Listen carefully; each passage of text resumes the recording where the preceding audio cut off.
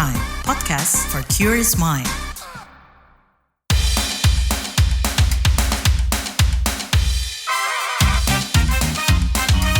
Kamu lagi dengerin podcast What's Trending. Kamu mendengarkan What's Trending bersama saya, Lea Baneza.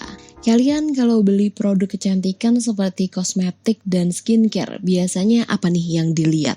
Apakah nomor izin edar dari BPOM, komposisi produk atau ingredients, atau lebih ke review nih dari beauty influencer? Emang nih ya, influencer kecantikan ini bertebaran di segala lini media sosial. Netizen juga ada yang menganggap nih kalau review beberapa influencer itu berguna karena mereka dianggap sudah menggunakannya lebih dulu. Tapi nih, belakangan Badan Pengawas Obat dan Makanan BPOM memperingatkan influencer nih kalau mereka nggak boleh asal review dan memberikan label approve terhadap suatu produk. Pasalnya, mereka dianggap berpotensi melanggar dan membingungkan masyarakat. BPOM tegas menyatakan hanya lembaganya lah yang memiliki kewenangan memberikan label approve ke sebuah produk, khususnya kecantikan seperti kosmetik dan skincare. Nah, kita mau bahas nih soal tren review produk kecantikan di media sosial tapi setelah komen warga plus 62.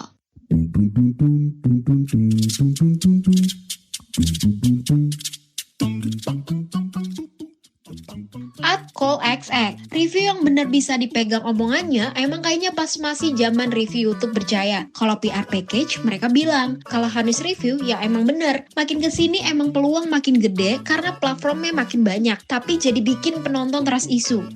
@meetxx, jangan jadikan kiblat skincare ngikutin influencer. Sejatinya, yang tahu kondisi kulit kita kan diri sendiri. Kita terinfluence belum tentu produk yang dipakai cocok. Be wise aja, jangan apa-apa tergoda guys. @trexx, kalau nyari skincare berdasarkan approved influencer aja yang masalah banget. Gak semuanya juga cocok di kulit kita, walaupun itu aman.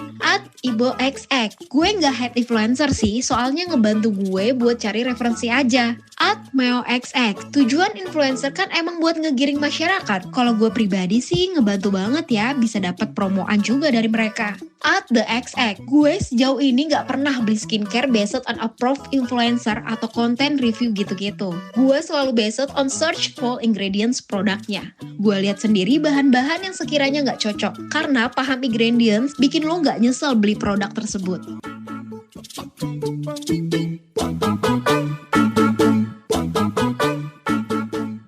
Dalam mempermudah konsumen, BPOM mempublish daftar produk kosmetik dan skincare yang mengandung bahan berbahaya. Masyarakat umumnya dapat mengakses secara langsung melalui laman publicwarningcost.pom.go.id.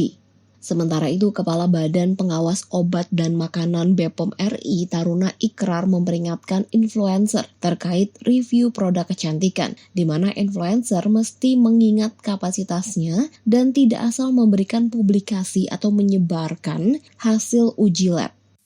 Kami cuma mau katakan bahwa kita mau bertindak tegas. Nah, hubungannya dengan beberapa produk yang selama ini sudah mendapat nomor izin edar dari Badan POM. Kemudian karena dia ingin membuat khasiat yang lebih bagus ditambahin di luar. Jadi seperti abu-abu. Sebetulnya tidak abu-abu, aturannya jelas. Kalau mau, itu kan hubungannya antara etiket biru dan etiket biru itu dianggap abu-abu. Kan intinya di situ. Kalau dia melakukan mendapat izin edar kosmetik, dia tidak boleh melakukan penambahan komponen. Kalau dia melakukan penambahan komponen, wajib hukumnya, bukan sunnah. Wajib hukumnya meregister balik atau menambah ini supaya dia dapat nomor izin edar baru. Kan kita di sini menurut peraturan pemerintah, teknisnya nomor 80 tahun 2017, peraturan presiden, itu disebutkan Badan Pengawas Obat dan Makanan. Tetapi otoritas yang diberikan dari isi peraturan tersebut bukan sekedar mengawasi. Otoritasnya jelas sekali. Bertanggung jawab untuk menjamin keamanan, bertanggung jawab untuk menjamin efikasi, dan bertanggung jawab terhadap kualitas untuk apa? Untuk melindungi seluruh rakyat Indonesia. Itu tegas di dalam pasal itu. Apa artinya? Di situ otoritas. Artinya kita punya otoritas dan otoritasnya sangat kuat. Dan oleh karena itu, kalau teman-teman melakukan review sendiri dan mengumumkan untuk melakukan brand yang macam-macam tadi, mereka akan nuntut balik. Kan begitu. Jadi acara ini kami ingin formalkan kapasitasnya teman-teman. Karena kalau bukan otoritasnya lantas teman-teman melakukan itu, teman-teman bisa dituntut. Masalah hukum dan tidak main-main. Pak Kapolri, saya ketemu beberapa saat yang lalu, dan itu secara formal mengatakan bahwa kalau ini sudah membuat kegaduhan, Barreskrim akan turun tangan. Kita mau mewadahi yang kita sebut, kita mau bentuk yang namanya Duta BPOM atau Duta Badan Pengawas Obat dan Makanan Republik Indonesia. Atas latas landing itu mungkin Anda memiliki nanti otoritas. Saya kira begitu. Intinya kita mau menyalurkan kunci kita. Pertama, kita ingin betul bagaimana rakyat, teman-teman kosmetik di Indonesia ini bisa tumbuh subur dan mendapat kepercayaan publik. Peneliti Yayasan Lembaga Konsumen Indonesia, Neti Emiliana, mengatakan kalau BPOM nih emang perlu menindak influencer-influencer produk kecantikan yang tidak tertib aturan di tengah tingginya kenaikan sektor industri kosmetik ini, di mana approval atau pernyataan kelayakan keamanan produk haruslah dikeluarkan oleh BPOM, bukan influencer. Menurutnya, sekarang ini tuh ada banyak masyarakat yang menjadikan review influencer sebagai pertimbangan membeli produk skincare atau produk kecantikan lainnya. Langsung aja ya kita obrolin bareng peneliti Yayasan Lembaga Konsumen Indonesia, Niti Emiliana. Mbak Niti Eliana, gimana sih Mbak melihat pernyataan BPOM soal label approve gitu ya, yang hanya bisa diberikan sama BPOM aja nih dan nggak boleh sama influencer gitu, jadi mereka nggak boleh asal-asalan. Iya Mbak, ini saya sangat setuju dan juga YLKI juga setuju karena setiap produk pangan ataupun kosmetik juga sekalipun yang dipromosikan oleh influencer itu harus sesuai dengan izin edar BPOM. Nah memang ditandai dengan adanya logo BPOM ya. Jadi ketika influencer itu mengatakan approve-nya itu harus didasari dari produk yang benar-benar sudah memiliki izin BPOM. Jadi approve itu memang harus berdasarkan fakta benar-benar dari logo BPOM yang sudah tertera dari produknya. Tapi kalau seandainya approve-nya ini diberikan oleh influencernya, ya memang itu pasti ada kesalahan gitu ya.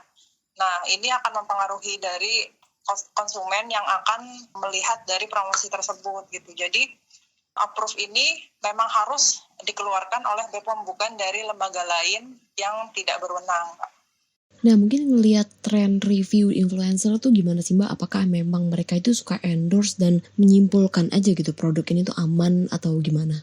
Iya, influencer itu banyak ya Mbak. Jadi memang beberapa juga memiliki kelompok asosiasi ataupun komunitas gitu.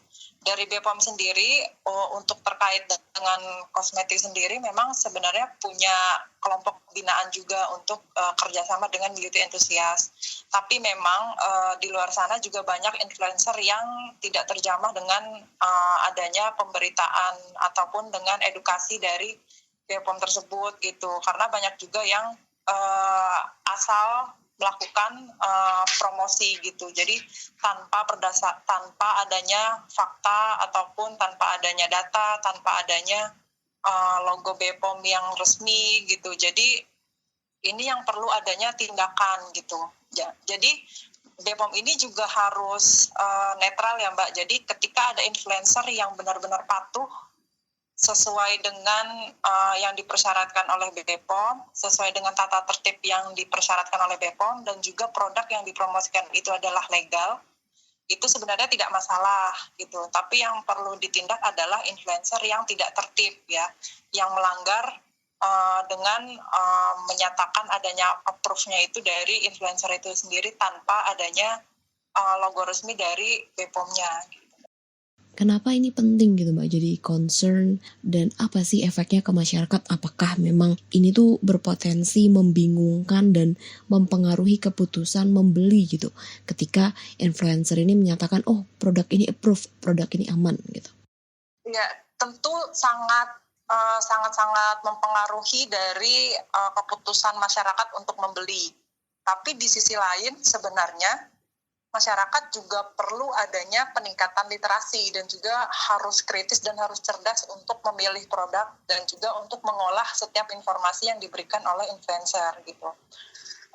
Yang namanya informasi yang diberikan oleh media sosial maupun influencer itu kan belum tentu semuanya benar gitu. Jadi dari konsumen pun juga harus adanya klarifikasi, bukan maksudnya konfirmasi terkait dengan informasi yang diberikan oleh influencer itu. Jadi konsumen juga harus aktif untuk mencari tahu sendiri kira-kira produknya itu sudah legal atau belum, apakah memang yang klaim yang diutarakan oleh influencer itu sudah sesuai, jangan sampai termakan adanya overclaim yang dijelaskan oleh influencer tersebut gitu. Jadi dari masyarakat tentu akan ada kebingungan dan tentu akan mempengaruhi setiap keputusan membeli, tapi memang di sisi lain masyarakat juga harus meningkatkan literasi terkait dengan keputusan untuk membeli ini. Jadi harus bijak dan juga harus kritis untuk mengolah setiap informasi, dan juga keputusan membelinya ini juga harus dipertimbangkan atas informasi dan juga kelegalan dari produknya tersebut. Nah, kalau buat konsumennya sendiri apa aja nih Mbak yang mesti diperhatikan kalau mungkin mereka nih mau membeli kosmetik, skincare, dan produk-produk kecantikan lain? Apakah boleh sekedar dapat rekomendasi dari influencer atau apa lagi yang mesti diperhatikan?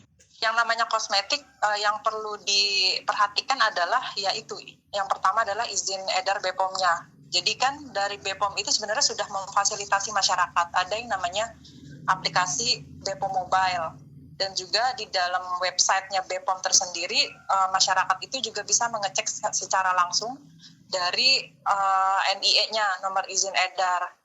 Bisa dicek apakah produk tersebut benar-benar terdaftar di BPOM gitu. Kalau memang sudah terdaftar, itu BPOM sudah memberikan kelayakan atas produk tersebut bisa digunakan oleh konsumen dengan aman gitu. Produk yang legal saja itu belum tentu semua masyarakat cocok kan, karena setiap kondisi kulit ataupun jenis kosmetiknya belum tentu semua masyarakat kalangan umum itu cocok gitu. Jadi yang legal saja belum tentu cocok, apalagi yang tidak legal gitu, yang ilegal. Jadi harus diperhatikan dulu untuk nilai izin edarnya, nomor izin edarnya, dan juga dari jangan termakan oleh review-review yang berkaitan dengan produk tersebut yang overclaim. Jadi harus dikritisi kembali dan harus dicek kembali gitu untuk nomor izin edarnya. Nah mungkin kalau dari sisi bahayanya, kalau misalnya kita nggak ngecek rekomendasi BPOM atau mungkin kandungan produknya tuh seperti apa Kak? Ya, bahayanya adalah tidak ada yang memberikan tanggung jawab keamanan dari produk tersebut gitu. Jadi konsumen itu juga harus cerdas ya dan harus bijak.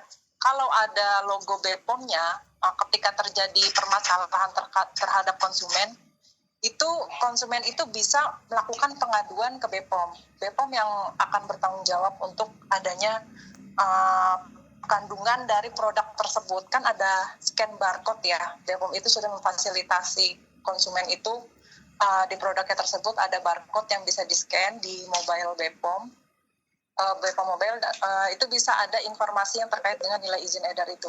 Tapi kalau tidak ada nomor izin edar, tidak ada yang memberikan jaminan bahwa produk itu aman gitu. Jadi BPOM juga tidak bisa melakukan pengecekan karena BPOM tersendiri itu juga tidak pernah mengeluarkan nomor izin edar tersebut gitu. Jadi ini sebenarnya sudah masuk ke dalam pidana terkait dengan pemalsuan informasi gitu, seandainya ini ada pemalsuan produk ataupun ada produk-produk ilegal yang tidak sesuai dengan standar BPOM yang beredar di masyarakat gitu. Oke, terima kasih Mbak Niti. Ya, sama-sama.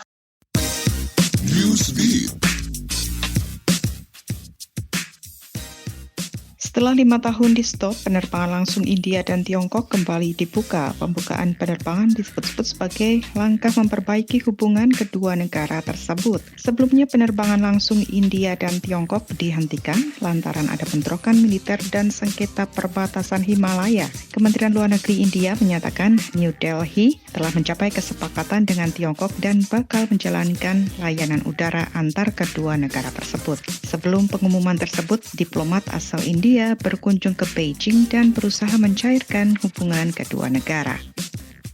Meta, perusahaan induk Facebook, Instagram, dan WhatsApp, menyiapkan anggaran hingga 65 miliar dolar Amerika Serikat atau sekitar 1.050 triliun rupiah pada 2025 ini demi infrastruktur kecerdasan buatan atau AI. Anggaran ini jauh lebih tinggi dibandingkan pengeluaran tahun lalu. Langkah ini dilakukan beberapa hari setelah Presiden Amerika Serikat Donald Trump mengumumkan investasi 500 miliar dolar Amerika Serikat atau sekitar 8.100 triliun rupiah untuk membangun infrastruktur kecerdasan buatan atau artificial intelligence. CEO Mark Zuckerberg menyebut bahwa 2025 ini adalah tahun yang krusial dalam pengembangan AI. Presiden Amerika Serikat Donald Trump menghentikan bantuan pasokan obat bagi pasien HIV, malaria, dan tuberkulosis di negara-negara yang didukung oleh USAID di seluruh dunia. Melansir Reuters, Badan Pembangunan Internasional Amerika Serikat telah menerima memo penghentian bantuan dan berlaku sejak Trump menjabat Presiden Amerika Serikat. Ex-Kepala Kesehatan Global Atul Gawande menilai putusan penghentian bantuan obat-obatan sebagai bencana lantaran bantuan yang diberikan selama ini telah menyelamatkan 20 juta orang yang hidup dengan HIV. Gangguan pengobatan juga berisiko membuat pasien jatuh sakit dan menularkan lebih banyak virus ke orang lain.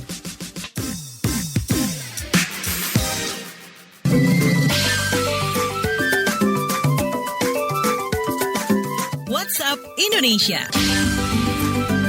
WhatsApp Indonesia kita mulai dari Jakarta. Direktur Jenderal Pelayanan dan Kepatuhan Hak Asasi Manusia Kementerian Hak Asasi Manusia atau Kemenham, Munafrizal Manan, menyatakan pihaknya mendesak pertanggungjawaban hukum negara Malaysia atas kasus penembakan yang menewaskan 1 orang warga negara Indonesia. Munafrizal mendorong proses hukum yang transparan dan imparsial di dalam institusi penegakan hukum di Malaysia. Kemenham juga meminta Komisi Nasional Hak Asasi Manusia berkoordinasi dengan Komisi Hak Asasi Manusia Malaysia atau SUHAKAM. Komnas HAM RI ditugaskan menindaklanjuti nota kesepahaman yang dirajut kedua komisi tersebut. Sebelumnya WNI asal Riau berinisial B tewas ditembak Agensi Penguatkuasaan Maritim Malaysia atau APMM di Tanjung Ru, Selangor. Kepala Balai Pelayanan Perlindungan Pekerja Migran Indonesia atau BP3MI Provinsi Riau, Fani Wahyu Kurniawan, mengatakan ada 4 WNI lainnya yang terluka berasal dari Riau dan Aceh. Masih dari Jakarta, Suku Dinas Sosial Jakarta Utara menyalurkan bantuan ke seluruh lokasi pengungsian warga terdampak banjir di wilayahnya. Kepala Suku Dinas Sosial Kota Jakarta Utara, Rizkon Hermawan, mengatakan bantuan sandang dan pangan telah disalurkan berupa makanan siap saji dan kebutuhan pokok lainnya. Beberapa kelurahan yang mengajukan permintaan bantuan adalah Kelurahan Rorotan, Sukapura, Semper Barat, Tugu Selatan, dan Pegangsaan 2. Rizkon Hermawan mengatakan ke depan bantuan akan diberikan sesuai permintaan setiap kelurahan dan menyesuaikan kebutuhan. Dari catatan Badan Penanggulangan Bencana Daerah atau BPBD DKI Jakarta, ada 653 warga di Jakarta Utara mengungsi akibat banjir. Terakhir ke Sumatera Utara. Anggota polisi berinisial YF tengah diperiksa Propam Polda Aceh. Pemeriksaan dilakukan setelah viral di media sosial oknum polisi yang diduga menghamili seorang pramugari dan memaksanya aborsi. Pramugari yang dipaksa aborsi diduga pacar YF, dan tak hanya memaksa aborsi, YF diduga melakukan kekerasan seksual dan menyuruh pacarnya meminum obat 3 kali sehari. Imbasnya sang pacar mengalami infeksi rahim, kista, dan lainnya. Kabid Humas Polda Aceh Kombes Joko Kristianto memastikan YF telah ditarik ke Polda Aceh dan dan menjalankan pemeriksaan serta pembinaan. Demikian WhatsApp Indonesia hari ini. Terima kasih ya sudah mendengarkan podcast What's Trending. Jangan lupa terus dengarkan podcast What's Trending di kbrprime.id dan aplikasi mendengarkan podcast lainnya. Lea Baneza mau pamit dulu, stay safe and happy, bye!